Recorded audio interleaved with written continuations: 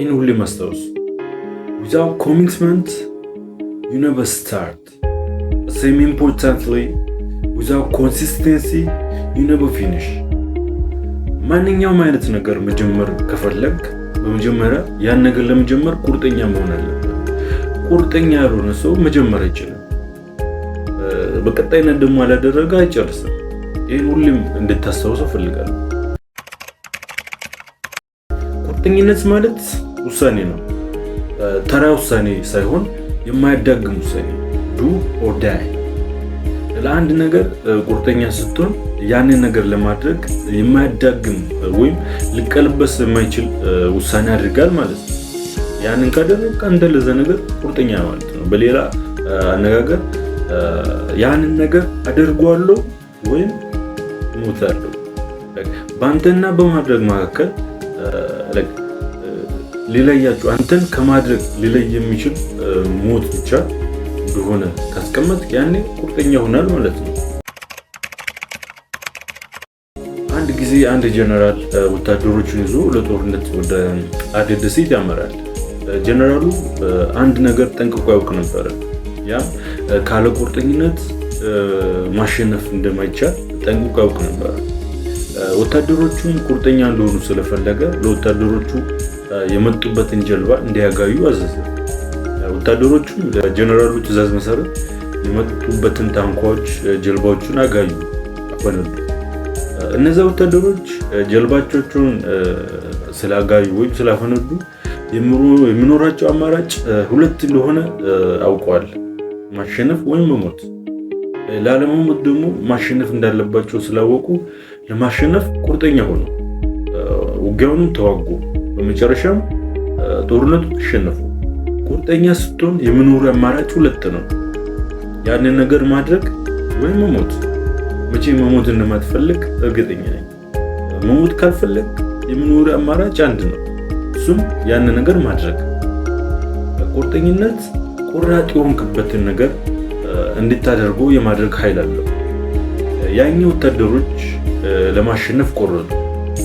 ያ ቁርጠኝነታቸው ጦርነቱን እንዲያሸነፉ አደረጋቸው። ያ ነው ቁርጠኝነት ኃይል። ካለ ቁርጠኝነት ምንም ነገር መጀመር አትችልም። መጀመሪያ አካባቢ ቁርጠኝነት ውሳኔ ነው ብዬ ነበር። ካለ ውሳኔ ምንም መጀመር አትችልም። መጀመር ከፈለግ በመጀመሪያ ቁርጠኛ ሆኖ የጀመረ መጨረስ አይሳነው። የአሁኑ ሀያል ሀገር አሜሪካ ነፃነቷን ያገኘችው በ56 ሰዎች ቁርጠኝነት እንደሆነ ታውቃለህ። በ1776 ለአሜሪካ ነፃነት ፍርሚያቸውን ቅጽ ላይ ያኖሩት እነዛ 56 ሰዎች ቁርጠኛ ሆነው እዛ ወረቀት ላይ ሲፈርሙ ያ ውሳኔያቸው ለአሜሪካ ነፃነት ወይም ለነሱ የስቅላት ሞት እንደሚያጎናጽፋቸው ጠንቅቆ ያውቁ ነበር።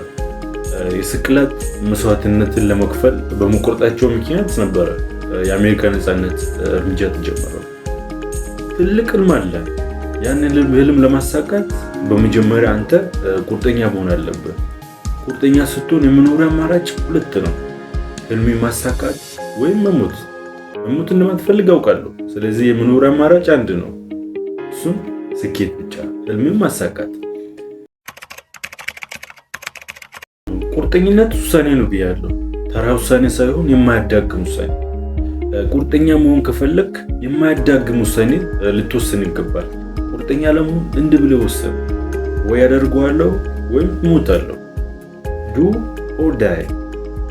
ይሄ ቁርጠኝነትን ያጎናጽፋል። እነዛ ለአሜሪካ ነፃነት መሰረት የሆኑ 56 ሰዎች ቁርጠኛ ሆነው የነፃነት ቅጹ ላይ ከመፈረማቸው በፊት ቁርጠኛ እንደሆኑ ያደረጋቸው የማያዳግም ውሳኔ መወሰናቸው ነበር። ወይ ነፃነት ወይ ስቅለት ሞት። ይህንን እሱ ነው ነበር። ያ የማያዳግም ውሳኔያቸው ነበር ቁርጠኛ ሆነው እንዲፋለሙ ወይም የዛ ቅጽ ላይ እንዲፈርሙ ያደረጋቸው። እነዛ ወታደሮችም ወደዛች ደሴት አምርተው ለማሸነፍ የመጡበትን ጀልባ አጋይተው በቁርጠኝነት ጦርነቱን ከመዋጋታቸው በፊት አንድ የማያዳግም ውሳኔ እሱ ነው ነበር። ያም ውሳኔ መሞት ወይም ማሸነፍ የሚል ነበር። ያ ውሳኔያቸው ነበር ጦርነቱን ለማሸነፍ ቁርጠኛ እንደሆነ ያደረጋቸው። ዛሬ አንተም የምትፈልገውን ህልሜን ለማሳካት ቁርጠኛ መሆን አለበት። ምክንያቱም ምንም ነገር ካለ ቁርጠኝነት አይጀመርም። ቁርጠኛ ለመሆን ደግሞ የማያዳግም ውሳኔ ልትወስን ይገባል። አደርገዋለሁ ወይም እሞታለሁ ብለህ ልትወስን ይገባል። ያ ውሳኔ ቁርጠኛ እንድትሆን ያደርጋል። ቁርጠኛ ሆነ ደግሞ መጀመር ይችላል። የጀመረ ደግሞ ያሸንፋል። የዛሬ ቪዲዮአችን ይህን ይመስል ነበረ። በቀጣይ በሚገርም ሀሳብ እንገናኛለን። ሀሳብ አስተያየት ካላችሁ ልታደርሱ እንችላላችሁ። አብራችሁ ስለነበራችሁ አመሰግናለሁ። በቀጣይ ቪዲዮ እንገናኝ።